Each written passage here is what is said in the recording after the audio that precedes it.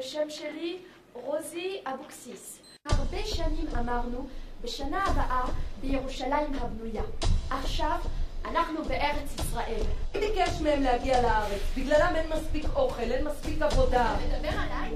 לא תדבר עליי, לא. אני יכול לעזור לך בעברית. נטע, אם היו מושיבים מישהו מהם לידי. זה מזל שאתה יושב לידי. אם המורה רוצה להעביר אותך, תגיד שאתה לא מוכן. בסדר, שלא תעיזו לדבר איתם, שמעתם? שמעתם?